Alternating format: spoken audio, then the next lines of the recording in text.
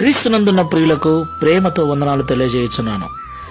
ఈరోజు దేవుడు మనకు చేస్తున్న వాగ్దానం ఏమిటనగా, కీర్తనల గ్రంథము 75వ కీర్తన 6-7 వచనాలు. తూర్పు నుండి అయినను, పడమటి నుండి అయినను, అరణ్యము నుండి అయినను హెచ్చు కలగదు. దేవుడే తీర్పు తీర్చువాడు. ఆయన ఒకరిని తగ్గించును, ఒకరిని హెచ్చించును. దేవునికి మహిమ కలుగునుగాక.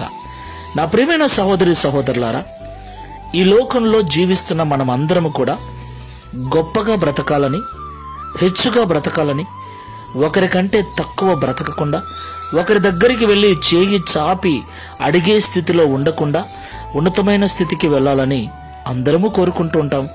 అందుకొరకు అన్ని రకాల ప్రయత్నాలు చేస్తూ ఉంటాం, అన్ని రకాలుగా ప్రయాసపడుతూ ఉంటాం.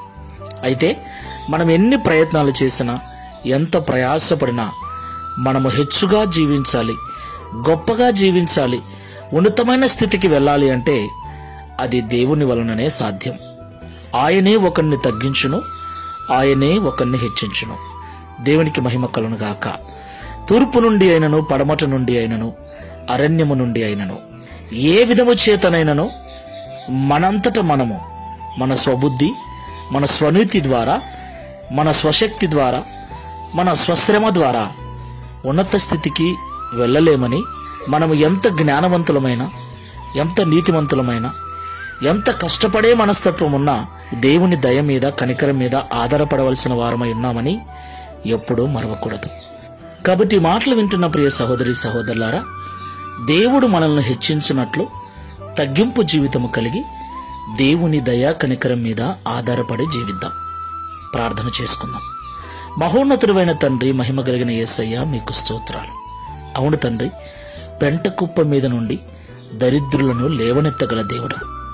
గొర్రెల దొడ్డిలో ఉన్న దావీదును సింహాసనం మీద కూర్చోబెట్టిన దేవుడవు నీవే. సింహాసనం మీద ఉన్న నెబుకద్నెజరును గడ్డిమేయు పశువుగా చేసిన వాడవు నీవే. అవును తండ్రి, నీవే మమ్మల్ని హెచ్చించువాడవు, నీవే మమ్మల్ని తగ్గించువాడవు. కనుక మా స్వనీతిని, స్వజ్ఞానము మీద ఆధారపడక, మేమెంత కష్టపడే మనస్తత్వం కలిగి ఉన్నా నీ దయా కనికరముల మీద ఆధారపడి నీ కృపకు పాత్రులమై నీ ద్వారా హెచ్చించబడినట్లు సహాయము చేయమని, అట్టి మనస్సును ఈ ప్రార్థనలో ఏకీభవిస్తున్న మాకందరికీ అనుగ్రహించి, తద్వారా ఈ దిన వాగ్దానమును మా అందరి జీవితంలో నెరవేర్చమని యేసు నామములో ప్రార్థించి వేడుకుంటున్నాము తండ్రి. Amen. Praise the lord. God bless you.